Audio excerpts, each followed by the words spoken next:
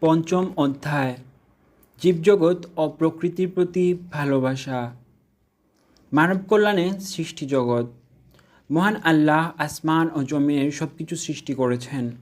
তিনি সমগ্র সৃষ্টিকে মানুষের কল্যাণে নিয়োজিত করেছেন। পবিত্র কুরআনে মহান আল্লাহ বলেন, وَسَخَّرَ لَكُم مَّا فِي السَّمَاوَاتِ وَمَا فِي الْأَرْضِ جَمِيعًا مِّنْهُ إِنَّ فِي ذَلِكَ لَآيَاتٍ لِقَوْمٍ يَتَفَكَّرُونَ। আর তিনি আসমান ও জমিনের সব কিছুকে তোমাদের অধীন করে দিয়েছেন। এতে চিন্তাশীল মানুষদের জন্য অবশ্যই অনেক নিদর্শন আছে। সূরা আল জাসিয়া আয়াত 13। মহাকাশে রয়েছে চন্দ্র, সূর্য, মেঘমালা ও বায়ুপ্রবাহ ইত্যাদি। পৃথিবীতে রয়েছে ফল, ফসল, নদী, নালা, গাছপালা, পর্বতমালা ইত্যাদি। উপরের আয়াত থেকে বোঝা যায় যে মহান আল্লাহ এসব মানুষের উপকারের জন্য নিয়োজিত করেছেন। মহান আল্লাহর এক বিস্ময়কর সৃষ্টি হলো সূর্য। এটি পৃথিবীতে বেঁচে থাকার জন্য সবচেয়ে গুরুত্বপূর্ণ শক্তির উৎস।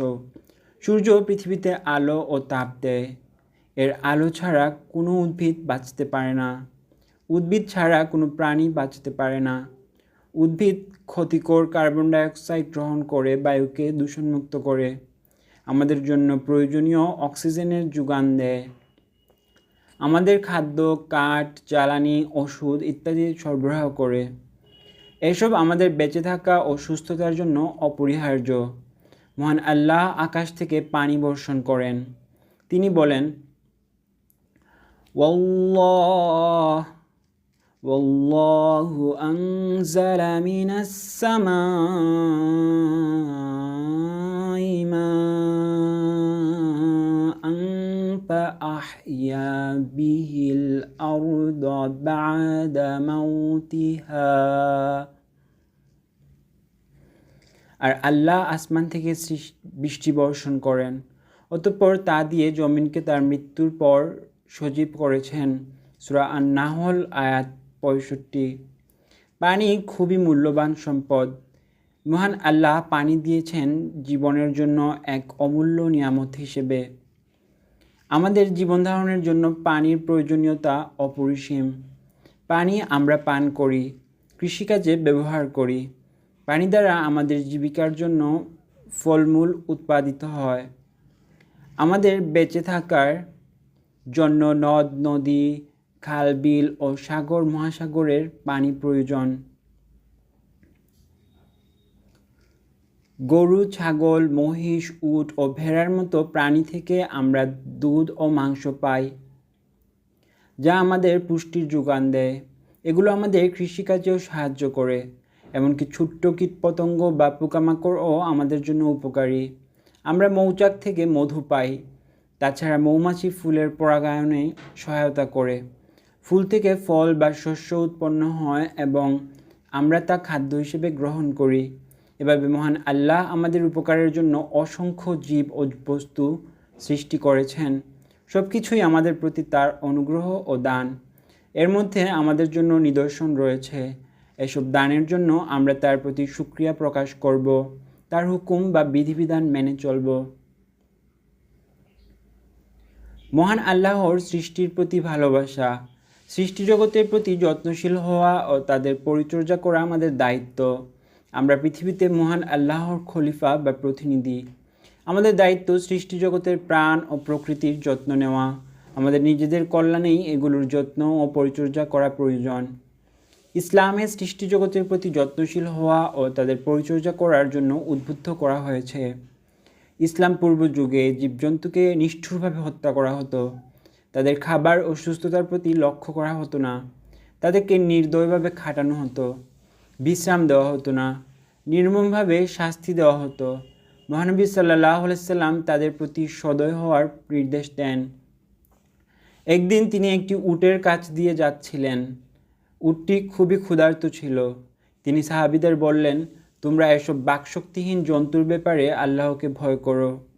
সুস্থ সবল জন্তুর পিঠে আরোহণ করো এবং এদেরকে উত্তম রূপে আহার করাবে।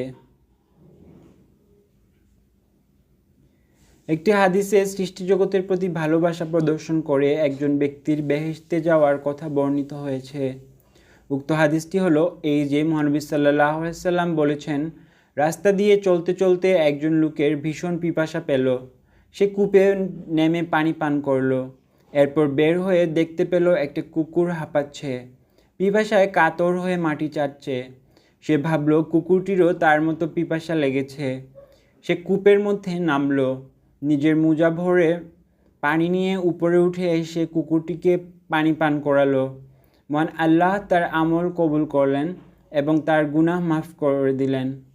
সাহাবিগণ বললেন, হে আল্লাহর রাসূল, চতুষ্পদ জন্তুর উপকার করলেও কি আমাদের সওয়াব হবে? তিনি বললেন, প্রত্যেক প্রাণীর উপকার করাতেই সওয়াব রয়েছে। সহিহ বুখারী। বৃক্ষরোপণ পৃথিবীর কল্যাণে সহায়ক। ইসলাম আমাদের বৃক্ষরোপণ ও পরিচর্যার জন্য উদ্বুদ্ধ করে। গাছের চারা রোপণ একটি দানমূলক কাজ। মহানবী সাল্লাল্লাহু আলাইহি সাল্লাম বলেছেন, যে ব্যক্তি বৃক্ষরোপণ করে ফলবান হওয়া পর্যন্ত ধৈর্য সহকারে তার পরিচর্যা ও সংরক্ষণ করে, তার প্রতিটি ফল যদি নষ্ট হয়ে যায় তবুও তার বিনিময়ে মহান আল্লাহ তাকে সৎকার নেকি দান করবেন। মুসনাদে আহমদ। তিনি আরও বলেছেন, যে ব্যক্তি বৃক্ষরোপণ করে মহান আল্লাহ তার বিনিময়ে তাকে ওই বৃক্ষের ফলের সমপরিমাণ সওয়াব দান করবেন। মুসনাদে আহমদ। বৃক্ষরোপণের গুরুত্ব তুলে ধরে অন্য এক হাদিসে মহানবী সাল্লাল্লাহু আলাইহি সাল্লাম বলেন, যদি কোনো মুসলমান একটি বৃক্ষরোপণ করে অথবা কোনো শস্য উৎপাদন করে এবং তা থেকে কোনো মানুষ কিংবা পাখি অথবা পশু খায়, তবে তা উৎপাদনকারীর জন্য সদকাস্বরূপ গণ্য হবে। সহিহ বুখারী। সৃষ্টিজগৎ হলো মহান আল্লাহর নিয়ামত বা অনুগ্রহ। এসব সৃষ্টি প্রতিনিয়ত আমাদের প্রয়োজন মেটায়, আমাদের কল্যাণে অবদান রাখে।